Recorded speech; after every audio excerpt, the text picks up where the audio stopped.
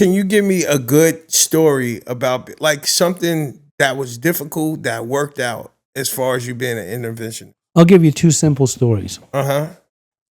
There was one story where it was a 50-some-odd-year-old man that was an alcoholic, that his family was worried about him. He lived out in Bellflower. They asked me to come. I did a Johnson model intervention, which is a traditional writing the letters. The whole families write the letters. We got everybody all piled up into this living room, including their 90-year-old mom, and she's sitting there. She has her letter in hand. And all of a sudden, the brother went to go pick up his brother, and they come around the corner.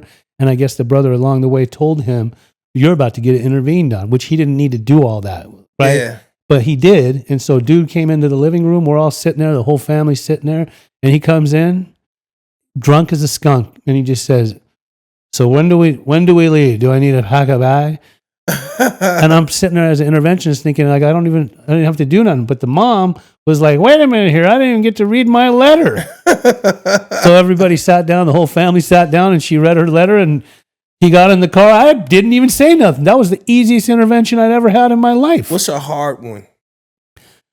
A hard one would be, there's a few that stand out to me, but so sometimes I find these people that come from well-to-do families but have decided to make the drugs more important than anything that's important in life. Some of them are parents, but they've decided to let their kids go, and some of them decide to run the streets. Some resort to places like Skid Row or like Chicago, on the mean streets of Chicago. And like, they don't have to be there. They don't have to be there. That's not where they're from. That's not what they were raised to be. But so for me to be on the search for those types, there's been times like where I turn into PI, like a straight up private investigator. I got to ask questions. I got missing person signs, and I go around.